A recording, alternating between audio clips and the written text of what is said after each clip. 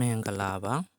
ါတနင်္လာနေ့သားသမီးများအတွက်16ရက်3လ2026မှ22ရက်3လ2026ရက်နေ့အထိတပတ်တာကန်စာတာဟောစရန်ဖြစ်ပါတယ်တနင်္လာနေ့သားသမီးတွေကတော့ဒီတပတ်ကပေါ့နော်အတော်လေးကောင်းတယ်လို့ပြောရမှာပေါ့နော်တနင်္လာနေ့တနင်္လာအစာပေါ့နော်တနင်္လာအစာအမြင့်အများစုပိုင်ရှင်တွေကောင်းပါတယ်ပေါ့နော်ဒီကာလကစီးပွားရေးလေးမှာကိုစူးစမ်းရင်စူးစမ်းသလောက်ဖြစ်ဖြစ်မှန်လေးနဲ့တိုးတက်နိုင်တဲ့ကာလတော့ဖြစ်တယ်အရန်ကြီးဝုန်းတိုင်းနဲ့ကြော်လွှားပြီးတော့တိုးတက်လာအောင်တော့ကံကောင်းတဲ့ကာလမဟုတ်ပေမဲ့ဖြစ်မှန်လေးတိုးတက်နိုင်တယ်ဆိုတာလည်းကောင်းတဲ့ကိစ္စပဲလीနော်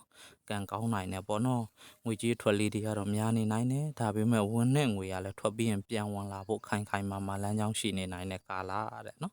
အလုပ်ကိုင်ခွန်လန်းလေးတွေအရင်တော့ပါခဲ့မယ်ဆိုရင်ဒါခုကာလလေးအတော်အသင်လေးပြန်ကောင်းနိုင်တယ်ပေါ့နော်အများစုပေါ့နော်ဒီတင်းလာသားသမီးအများစုအဲ့လိုလေးကောင်းမွန်နိုင်ပါတယ်တဲ့အိမ်ထောင်ဖက်နဲ့ပတ်သက်တဲ့ကိစ္စတွေမှာဆိုလဲကောင်းတယ်ဗျတနင်္လာသားတွေပေါ့အထူးသဖြင့်တနင်္လာသားတွေဟာဒီတစ်ပတ်မှာတော့ဇနီးမယားရဲ့အကျိုးကျေးဇူးအောင်ဇနီးမယားကြောင့်ဇနီးမယားရဲ့ချစ်ခင်ယူရမှုတွေကြောင့်စိတ်ချမ်းသာမှုတွေဇနီးမယားနဲ့ပတ်သက်တဲ့လက်လာပရှင်လန်းမှုတွေအများကြီးရရှိနိုင်တယ်တဲ့ဒါတနင်္လာသားတွေပေါ့နော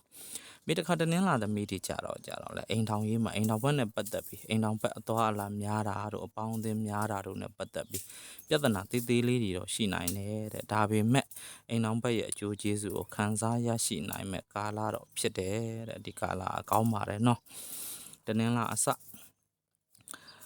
တနင်္လာအဆုံးပိုင်ရှင်တွေကတော့ဒီကာလမှာတဲ့ထုံငွေလေးတွေနည်းငယ်များနိုင်တာတို့အဝေးကိုသွားလာအလုပ်လုပ်ကိုင်းချင်တာတို့ဖြစ်တတ်တဲ့ကာလဖြစ်ပေမဲ့ဝင်ငွေတွေလည်းရရှိနိုင်တဲ့ကာလဖြစ်တဲ့ခိုင်မာတဲ့ဝင်ငွေစီးချောင်းလေးတွေရရှိနိုင်တဲ့ကာလဖြစ်လို့သူတို့လည်းကောင်းတယ်တနင်္လာစအင်္ဂါအဆုံးအမည်ပိုင်ရှင်တွေပေါ့နော်သူတို့လည်းအရင်ကြီးတော့မဆိုးဘူးစိတ်ပိုင်းဆိုင်ရာမှာတစ်ခါလေးမှာဒေါသဖြစ်စရာလေးတွေကြုံတတ်တဲ့ကာလဖြစ်ပေမဲ့ဒါလည်းသူတို့လည်းအကျိုးပေးကောင်းမွန်နိုင်တဲ့ကာလပဲသူတို့လည်းကောင်းပါတယ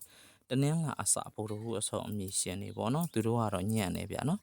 ်တနင်္လာအစဗုဒ္ဓဟူးအဆုံးအမည်ရှင်တွေကတော့စိတ်တော့ကရောက်စရာကိစ္စလေးတွေမကြာခဏကြုံတတ်တဲ့တပတ်တာကာလဖြစ်တယ်ပြီးတော့သားသမီးရှိတဲ့ပေါ့နော်တနင်္လာအစဗုဒ္ဓဟူးအဆုံးအမည်ရှင်တွေဒါအတွက်စိတ်ပူပန်ရတာလေးတွေဖြစ်တတ်တယ်ပြီးတော့ online နဲ့ပတ်သက်တဲ့လုပ်ငန်းတွေနိုင်ငံခြားနဲ့ပတ်သက်တဲ့လုပ်ငန်းတွေလောက်ကိုင်းမဲ့ဆိုရင်ပေါ့နော် line ပေါ်ကနေပတ်သက်တဲ့လုပ်ငန်းတွေလောက်ကိုင်းမဲ့ဆိုရင်တော့ဒီကာလတော်တော်လေးသတိထားရမယ့်ကာလဖြစ်တယ်ဆုံးရှုံးမှုလေးတွေမထင်မှတ်တဲ့ခက်ခဲလေးတွေဖြစ်ပေါ်နိုင်တယ်ပေါ့နော်တနင်္လာအစဗုဒ္ဓဟူးဆုံးမီရှင်တွေအားနေပါတယ်ဒီကာလမှာအစအရာရ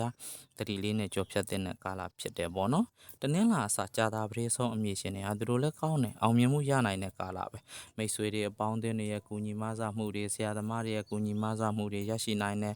အလုပ်ဟောင်းတွေကနေပတ်သက်ပြီးတော့ပေါ့နော်ကိုလှုပ်လက်စာအလုပ်ပေါ့နော်အလုပ်ဟောင်းဆိုတာအရင်စက်တိုက်လုပ်ခဲ့တဲ့အလုပ်တွေကနေပတ်သက်ပြီးတော့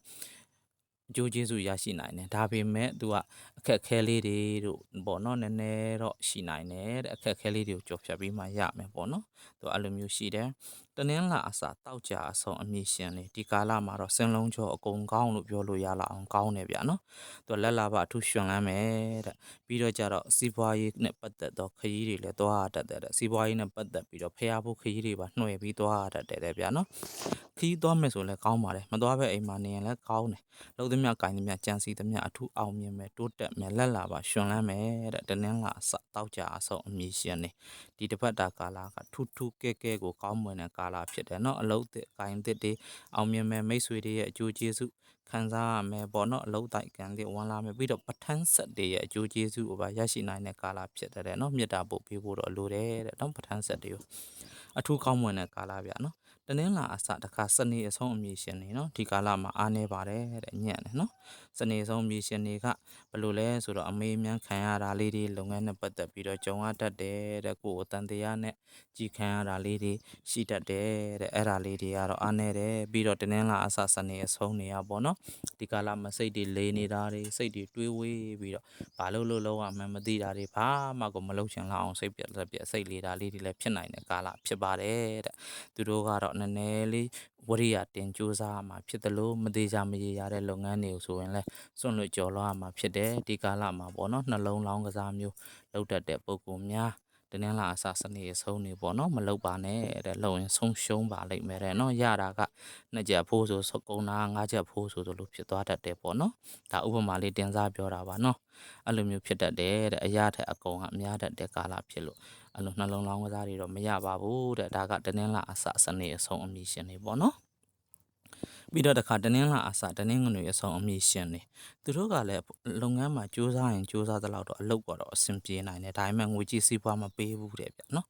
အဲ့တော့ကြတော့ငွေကြီးမသေးကြတဲ့လုပ်ငန်းတွေဆိုရင်သူတစ်ပါးအတွက်စိုက်ပြီးတော့လုပ်ပေးတာတွေ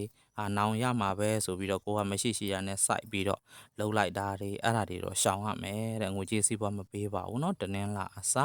တနင်္ဂနွေအဆုံးအမည်ရှင်နေအခုတပတ်တာကာလအတွင်းဒါပေမဲ့လှုပ်တလောက်ခိုင်းတလောက်တော့အလုပ်ကတော့ဖြစ်အောင်ပါတဲ့အလုပ်ဖြစ်ပြီးငွေကြီးမပေးဘူးဆိုတော့ဗောနော်နည်းနည်းတော့ဘယ်လိုခေါ်မလဲလောက်ရတဲ့လောက်ငွေကြီးအကျိုးကျေးဇူးမရဘူးပေါ့ဒါပေမဲ့လုပ်ငန်းအရှိန်ရတာလေးတွေတို့နာမည်ကောင်းရတာလေးတွေတို့ဒီလိုလေးတော့ကြံနေခဲ့မှာပေါ့နော်အဲ့လိုရှိပါတယ်သူပြီးတော့သူများအတွက်နဲ့လည်းကိုကဘယ်လိုခေါ်မလဲစိုက်ထုတ်လောက်ကင်ပေးရတာတွေဖြစ်တတ်တဲ့ကာလဖြစ်တယ်တဲ့ဒါပေမဲ့အများစုခြုံရင်တော့ကောင်းပါတယ်နော်တနင်္လာသားသမီးဒီတစ်ပတ်တာမှာအားနေတဲ့နာမည်ပိုင်ရှင်လေးတွေကတနင်္လာအစာဘို့ရိုးအဆုံးတနင်္လာအစာစနေအဆုံးအဲ့နာမည်ပိုင်ရှင်နှစ်ခုကတော့ကံအားနည်းနေတဲ့အတွက်ဂရုစိုက်ရပါမယ်နောက်ပြီးတော့ကြတော့ဒီတစ်ပတ်တာကာလမှာတဲ့နိုင်ငံခြားကိုသွားဖို့လုပ်နေတဲ့လူတွေနိုင်ငံခြားဖက်ဆက်လုပ်တဲ့လူတွေကံအားနည်းတယ်နော်အဲ့ဒါကကြတော့အမှားယွင်းလေးတွေကြုံတဲ့အတွက်အဆအရရသတိထားလောက်ကိုင်းရပါလိမ့်မယ်တဲ့ခရီးသွားလာရေးနဲ့ပတ်သက်ပြီးလောက်ကိုင်းသူတွေဒီကာလမှာအထူးကောင်းမွန်တယ်နော်စိတ်ချမ်းသာပျော်ရွှင်ရနိုင်တဲ့ကာလဖြစ်တယ်ပြီးတော့ကြတော့ဘယ်လိုခေါ်မလဲနိုင်ငံခြားနဲ့ပတ်သက်ပြီးလုပ်တဲ့လူတွေအစိုးရမူဝါဒလေးတွေကြောင့်အခက်အခဲလေးတွေဖြစ်နိုင်တဲ့ကာလတစ်ပတ်တာဖြစ်တယ်တဲ့ဒီထဲမှာဗိုလ်တော်ဦးနဲ့စနေပေါ့နော်တွေ့တယ်ဗိုလ်တော်ဦးနဲ့စနေရဲ့အဓိပ္ပာယ်ကိုပေါင်းစပ်ဖော်ရင်အစိုးရမူဝါဒဆိုတဲ့အဓိပ္ပာယ်ထွက်တယ်ပေါ့နော်အဲ့ဒါလူတွေရောအခက်အခဲလေးတွေရှိနိုင်ပါတယ်တဲ့အများစုကောင်းပါတယ်နော်တာရည်သမီးရေးမှာဆိုရင်လဲသားနဲ့ပတ်သက်ပြီးစိတ်ပူပန်ရတာတွေသားအဝေးကိုထွက်ခွာသွားတာတွေကိုစကားပြောစကားနားမထောင်တာလေးတွေအနှဲငယ်ရှိတတ်တဲ့ကာလဖြစ်တယ်တဲ့သမီးနဲ့ပတ်သက်ပြီးရင်တော့အနှဲငယ်စိတ်ပူရတာလွဲရင်ကြီးမားတဲ့ဆိုးကျိုးမရှိနိုင်ဘူးတဲ့အဲ့ဒါကတော့အဲ့လိုထွက်ပါတယ်ပေါ့နော်ပြီးတော့ကြတော့ဒီကာလမှာအိမ်တော်ကြီးလဲကောင်းတယ်ချစ်သူရေးစားကိစ္စတွေပေါ့နော်ချစ်သူရေးစားကိစ္စတော့မှန်တမ်းလောက်ပဲရှိတယ်ဗျအလွန်ကြီးလဲထူကောင်းမသွားသလိုအရန်ကြီးလဲဆိုးတာတော့မရှိဘူးမှန်တမ်းသဘောနဲ့ပဲဆက်လက်သွားနိုင်မယ်တဲ့အဲ့ဒီလိုတွေ့ရပါတယ်ဒီကာလမှာထူကောင်းမွန်တဲ့လုပ်ငန်းတွေကတော့တောက်ချနဲ့ပတ်သက်သောလုပ်ငန်းများလုပ်ကိုင်သူတွေဆိုတော့အကျိုးပေးမယ်ဗျာနော်ခရီးသွားတာလေးတွေတို့ပျော်ပွဲစားလုပ်ငန်းမျိုးတွေတို့တောက်ချသွတ်တန်တစ်ဒီလိုမျိုးတွေပေါ့နော်ဒါကအကြံမြင်ပြောတာပါနော်တောက်ချရဲ့သဘောတရားတွေကတော့အကျယ်ကြီးရှိတယ်ပေါ့နော်ကိုကကိုလေးလုပ်တဲ့ကိစ္စလေးတွေကိုစဉ်းစားကြည့်ပေါ့နော်တောက်ချနဲ့ပတ်သက်တဲ့လုပ်ငန်းလုပ်ကိုင်သူတွေတဲ့အထူးအကျိုးပေးမယ်တဲ့တင်းနှင်းလာနဲ့လုပ်ငန်းလုပ်ကိုင်သူတွေကတော့မှန်တမ်းလောက်ပဲသွားမယ်ဗျာနော်အရန်ကြီးအကျိုးပေးမရှိဘူးကြာသာပရိနန်တင်လုပ်ငန်းလုပ်ကိုင်သူတွေလည်းအခက်ခဲလေးတွေနည်းနည်းကြော်ဖြတ်ရပေမဲ့ကောင်းနိုင်တဲ့တပတ်တာကာလတနင်္ဂနွေနဲ့လုပ်ငန်းလုပ်ကိုင်သူတွေလည်းကောင်းမွန်နိုင်တဲ့ကာလဖြစ်တယ်တဲ့ပြီးတော့ဒီကာလမှာရွှေတွေဘာတွေဝယ်မယ်ဆိုရင်တော့မှားတတ်လို့မဝယ်ပါနဲ့ဩ